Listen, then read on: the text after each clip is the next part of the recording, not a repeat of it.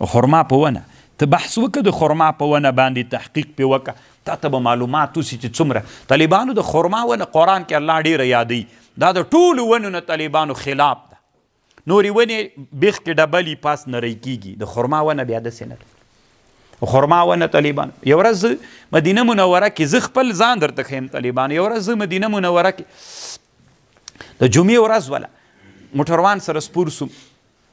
مسجد قبا ته تللم که د هفتې ورځ ورښتیا مسجد قبا ته تلم سهر موټروان سره کېناستم د میل د کم جې وي هم د مدینې منورې یم سپین ږیري میل خبرې مې ورسره کولې میل څه نادري راته وکړه د خرما د میل باغ ماغ چېرته لري وی موږ مدینه منوره کې داسې یو ونه لرو د خرما والعهدة علی طالبانو زه په ما نه زه صرف ناقل یم ما ته ویلي وي موږ په مدینه کې داسې خرما لرو چې کله موږ خرما ترنه راشکوو کجورې نو چې راشکوو باید په ناز یې راوشکوو هسې لکه یو چا سره چې مینه لري په ناز شی تر واخلي او که په غوسه یې تر واخلي بیا مینه نه در سره کوي کال ته بیا خرما نه کوي که په داسې په غوسه او بې احترامي تر داسې په ناز به خرما تر نه راشکوي وي که یې ونه کړي کال ته خرما نه کوي ته فکر وکړه د ځان سره طالبانو ضم الهوا کې ابن جوزي وایي دا کتاب به تاسې لیدلی طالبانو ضم الهوا په دې کتاب کې لیکلی دي وي د خرما ونه میینه کېږي او د خرما ونه چې میینه سوله نو مین کېږي دا نر طالبانو اکثره یا چې میینه سوه مطلق دا ونې وي علامه یې دا ده طالبانو چې د خرما ونه میینه سوله بیا طالبانو ماهرین د پن په دې باندې پوهېږي چې هغه داسې کږه غوندې سي همغه معشوق طرف ته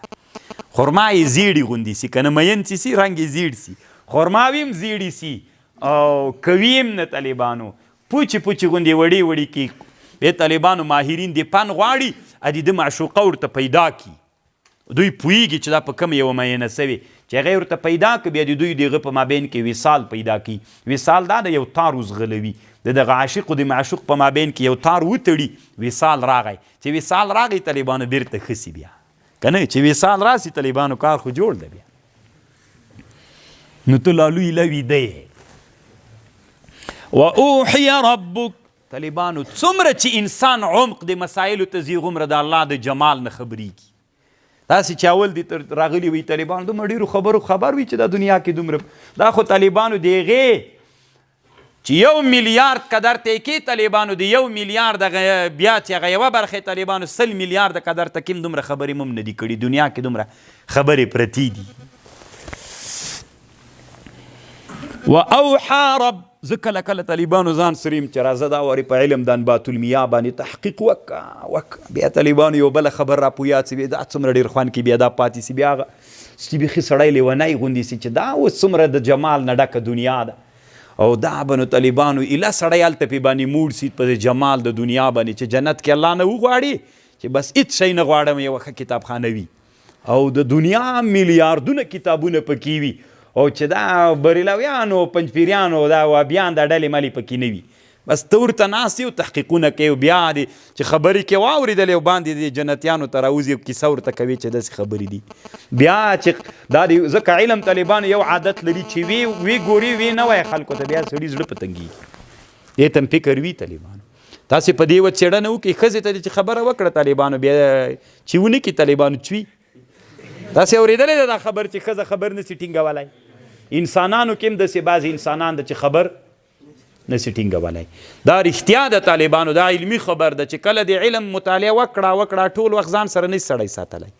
طالبانو علما وایي کتابونو کې کله کله غم چې درته راغی تاسې دا اورېدلي طالبانو چې د انسانانو غم له انسانانو نه څوک اخلي انسانانو نه غم څوک اخلي انسانان دا یو فلسفهي خبره ده واورئ د انسانانو نه غم څوک اخلي بابا نه دی دا اورېدلی دا خبر افرین دا ډېره خوندوره علمي خبر ده ودې لیده چې دا د انسانانو کې دا خبر مشهوره ده افرین حاجي صاحب محترم الله دې ژوندی لره بلکل اوس طالبانو تاسې خبرې ته غوږ ونیسئ څه وایي طالبانو د انسانانو نه غم څوک اخلي د انسانانو نه غم انسانان اخلي تاسې ورته غوږ ونیسئ طالبانو انسانانو نه غم څنګه انسان اخلي یو انسان ته غم راغی څوک ورته راغی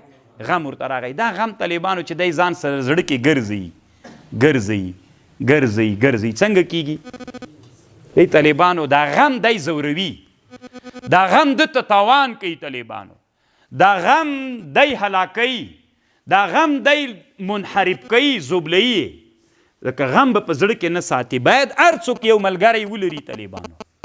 نو چې کله ملګري سره کېناستلې او دا غم خبره تا اورېدلې داسې یوه خبر دی اورېدلې چې تا غموي او زوروي دي دا سپک څنګه سپکوي ملګري ته دا قصه وکړه څوک سي سپک سي دا که نه طالبانو تجربه کړې مو ده دا واده چې الله ګوره تاسو فکر وکړئ نبی علیه السلام چې واده نه وکړی ډېر غمونه چې خدیجة الکبرا رضی الله بیا غمونه طالبانو سپک سول یو فلسفي خبر ده که ودونه نه لرئ ویې کوي چې غمونه هم سپک سي طالبانو تنه هغه مسله واده کې مقصد نه ده طالبانو غمونه هم سپکېږي ورسره دا ډېره سخته علمي خبر ده او الله مو په دې باندې هم پوه کړه واوحى ربك الى النحل وحی وکړه رب دې الى النحل د خرما ونې ته ان اتخذي من الجبال بيوتا ونسي من الجبال لغرون بيوتا ومن الشجر ومما يعرشون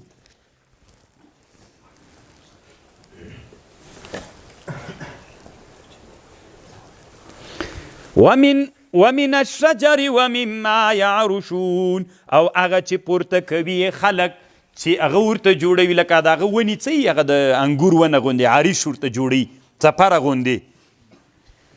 طالبانو ډېرې خبرې درته نه کوم یوه خبر خو دا ده چې ولې د خرما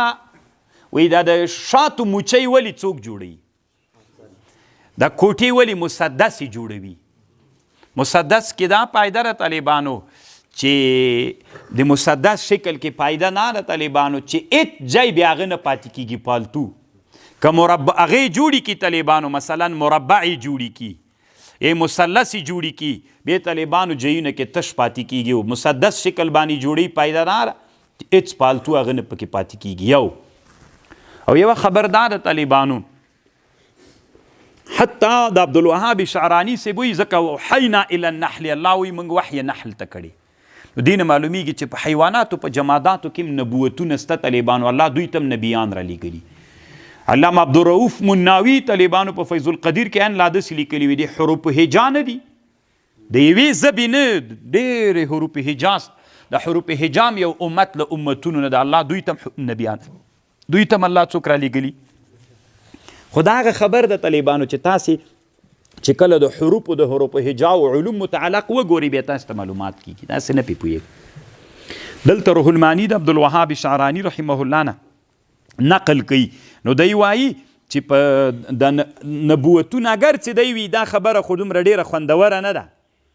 اگر چې یعنې داسې علما شته ده چې هغوی دې کې علم خو شته عین الله نبیان ورته رالیږلي نبوتونه شته پکې زه طالبانو د هغه ډېرې خبرې نه درته کوم د نحل یا طالبانو د علامه کمال الدین دمیری کتاب ته مراجعه وکړئ یا خپل روح المانی وګورئ کمال الدین دمیری په حیات الحیوان کې هم ډېر لوی بحث کړی کمال الدین دمیری د حیات الحیوان ملام طالبانو د اسلامي امت ډېر لوی محسن ده د کتاب ځکه دا په اسلامي بیالوژي کې د کتاب او د جاحظ معتزلي کتاب چې کتاب الحیوان ده دواړه ډېر خوندور کتابونه دي اسلامي امت ته طالبانو غاړه ور خلاصه کړې عثمانه کله کله خلک پوښتنه کوي وایي دا موږ شکون ورته وایو طالبانو پیژنئ شکون وي دا پاک ده که مردار ده طالبانو په پاکستان کې یو ښه عالم ترسوي طالبانو هغه په دې باندې فتوا کړې وي دا پاک ده خو طالبانو دا مسئله یوري د بیالوژي مسئله ده یوري به موږ بیالوژي موږ په ابوداود کې حدیث راځي نبی علیه السلام وایي چې قنفس خوړل دا من الخبائث او د موږ ټول حنفي کتابونو متونو کې داسې راځي چې قنفس خوړل ناروا ده اوس قنفس طالبانو موږ باید بیالوژي کې تحقیق یوري وکړو چې دا قنفس ته نه هغه سزګی د طالبانو که دا شکوڼم ده نو طالبانو د علامه دمیری کمال الدین الدمیری شافعی رایه داره طالبانو چې او د علامه جاحظ معتزلی رایه داره ځکه دلته چې فقه ته فیصله کوي نو یو وری به ته د قنفذیت یا نه قنفذیت ثابتې دا طالبانو قنفذ ده د میری تنا د قنفس په مبحث کې په دې بحث نه ده کړی طالبانو. 8 نومونه لري. یو ځای کې بحث کوي د شیهم په نامه باندې، شیهم هم دې ته وي. دا بالکل قنفس د طالبانو دا ناروا ده. ما کم ملته علما چې هغسې په دې باندې غلط سوي نه، دا پاک شیان خوري، پاک پورې دلته تړاو نه لري. مارم پاک شی خوري که نه، هلته صریح حدیث راغلی قنفس تر عنوان لاندې دا راځي. یو به بیالوژي تحقیق کوي چې هغه یې څه وي پس دغه نه. دا اوس طالبانو اوس زمانه کې یو مایع انسانان خوري، مایع خو پاک ده که نه، خو داسې خو نه ده چې مایع به طالبانو د مایع په شکل وي. داسې مایان شته چې بیخي شکل د مایع نه ده. هغې ته طالبانو دوی اوس زمانه کې جمبري وایي. یو شی د طالبانو جمبري ورته وایي، یا روبیان ورته وایي، یا جمبري ورته وایي. دا په د عربي نړۍ کې ډېر خوري. دا د با دپاره ډېر قوي ده. با خو به پیژنئ، که پیژنئ که نه پیژنئ ویې پیژنئ. د با دپاره ډېر مقوي ده طالبانو دا جمبري. نو دوی وایي چې د دې خوړل څنګه دي. نو معاصر علماو په دې باندې تحقیق کړی ده چې دا مایع د طالبانو. کمال الدین دمیری رحمه الله هم په مایانو کې شمیري.